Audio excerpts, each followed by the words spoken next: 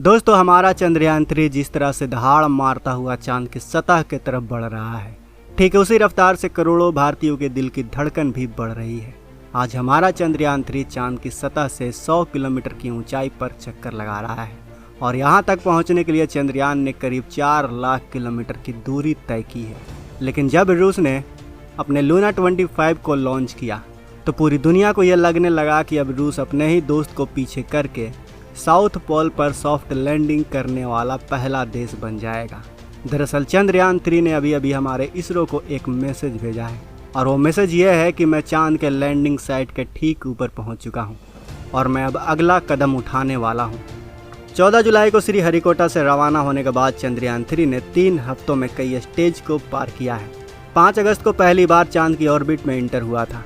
इसके बाद 6, 9 और 14 अगस्त को चंद्रयान-3 ने मैन्यूवर करके चांद के अलग अलग ऑर्बिट में इंटर किया था। आपको बता दो कि इसरो ने इन 3 हफ्तों में चंद्रयान-3 को पृथ्वी से चांद तक सही सलामत पहुंचाने के लिए दिन रात एक करके कड़ी मेहनत की है। आपको बता दें कि 17 अगस्त को दोपहर करीब 1 बजे चंद्रयान-3 का इंटीग्रेटेड मॉड्यूल 2 हिस्सों में बंट गया। इसका एक हिस्सा है प्रपल्सन मॉड्यूल और दूसरा हिस्सा है लैंडर मॉड्यूल। दोनों अब तक जुड़कर एक साथ चांद तक पहुंचने की सफ़र कर रहे थे, लेकिन अब दोनों अलग हो चुके हैं। अलग होने के बाद प्रपल्सन मॉड्यूल और लैंडर मॉड्यूल 100 बाई 100 किलोमीटर के ऑर्बिट में घूम रहे हैं, लेकिन थोड़ी थोड़ी दूरी पर, ताकि ये एक दूसरे से टकरा ना जाएं। अब 18 और 20 अगस्त को लैंडर की डी ऑर्बिटिंग शुरू कर दी जाएगी। 18 अगस्त 2023 की दोपहर करीब 4 बजे 1 मिनट के लिए लैंडर के थ्रस्टर को ऑन किया जाएगा, ताकि उसे सही दिशा में लाकर उसकी गति को कम की जा सके। फिर 20 अगस्त की देर रात 1:45 बजे फिर से यही काम किया जाएगा, क्योंकि अभी चंद्रयान-3 को 30 बाई 100 किलोमीटर वाली ऑर्बिट में लाना है। फिर विक्रम की धीरे धीरे स्पीड कंट्रोल करके और जगह का सही पता लगाकर 23 अगस्त को इसकी सॉफ्ट लैंडिंग की जाएगी। चंद्रयान-3 मिशन में जो लैंडर है उसका नाम है विक्रम। यही चांद की सतह पर लैंड करेगा। आपको याद होगा कि जब पिछली बार चंद्रयान-2 भेजा गया था तो उस लैंडर का नाम भी विक्रम ही था। चांद की आखिरी ऑर्बिट में विक्रम यानी लैंडर को अलग कर दिया गया था और वो चांद की ज़मीन पर उतर पाता। ऐसा करने से पहले ही विक्रम से संपर्क टूट गया, जिसकी वजह से वो चांद की सतह पर जाकर क्रैश लैंडिंग कर गया।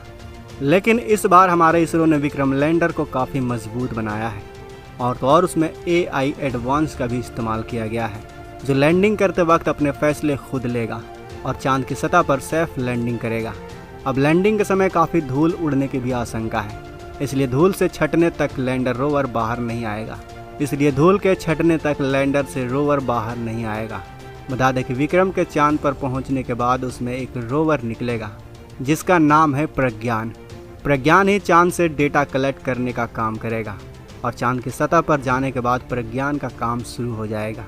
प्रज्ञान डेटा लेने के साथ ही चंद्रमा की सतह पर हमेशा के लिए भारत की मौजूदगी के निशान भी बनाएगा। आपको बता दें कि प्रज्ञान रोवर का पिछला पहिया इस तरह से डिज़ाइन किया गया है कि जब यह चांद की सतह पर आगे बढ़ेगा तो इससे चांद की ज़मीन पर भारत का राष्ट्रीय चिन्ह अशोका छप जाएगा। इसके साथ ही दूसरा पहिया इसरो का लोगो प्रिंट करेगा, जो हमेशा के लिए चांद पर भारत की मौजूदगी का सबूत बना देगा। अगर चंद्रयान-3 का विक्रम लैंडर लूना 25 से पहले साउथ पोल पर सुरक्षित और सॉफ्ट लैंडिंग कर लेता है तो ऐसा करने वाला भारत दुनिया का पहला देश बन जाएगा। इतना ही नहीं, चांद की सतह पर लैंडर उतारने वाला चौथा देश और चांद की साउथ पोल पर रोवर को चलाने वाला पहला देश बन जाएगा। आपको बता दें कि अमेरिका 2026 तक दक्षिणी ध्रुव पर अंतरिक्ष यात्रियों को भेजने की तैयारी कर रहा है। अमेरिकी स्पेस एजेंसी नासा ने एक रिपोर्ट में बताया है कि इसरो के ऑर्बिटर के रिसर्च के आधार पर कहा जा सकता है कि चांद के दक्षिणी ध्रुव पर बर्फ है और यहाँ दूसरे प्राकृतिक संसाधन भी हो सकते हैं। चांद के दक्षिणी ध्रुव पर बड़े बड़े पहाड़ और क्रिएटर्स मौजूद हैं। यहाँ सूरज की रोशनी भी बहुत कम पड़ती है। जिस हिस्सों पर सूरज की रोशनी आती है वहाँ का तापमान 54 डिग्री सेल्सियस तक पहुँच जाता है, लेकिन जिन हिस्सों पर सूरज की रोशनी नहीं पड़ती वहाँ का तापमान -248 डिग्री सेल्सियस तक रहता है। इसीलिए वहाँ बर्फ होने की कहीं ज़्यादा संभावना है। दोस्तों, ऐसा भी अंदाज़ा लगाया गया है कि यहाँ जमा पानी अरबों साल पुराना हो सकता है। इससे हमारे सौर मंडल के निर्माण के बारे में काफ़ी अहम जानकारियाँ हासिल की जा सकती हैं। साथ ही चांद पर जमी हुई बर्फ दरअसल अंतरिक्ष का सोना है। इंसान भविष्य में चांद पर बेस बनाने की सोच रहा है। ऐसे में चांद पर बर्फ की माइनिंग पीने का पानी के लिए किया तो जा ही सकता है, साथ ही ऑक्सीजन और रॉकेट फ्यूल के लिए भी इसका इस्तेमाल किया जा सकता है।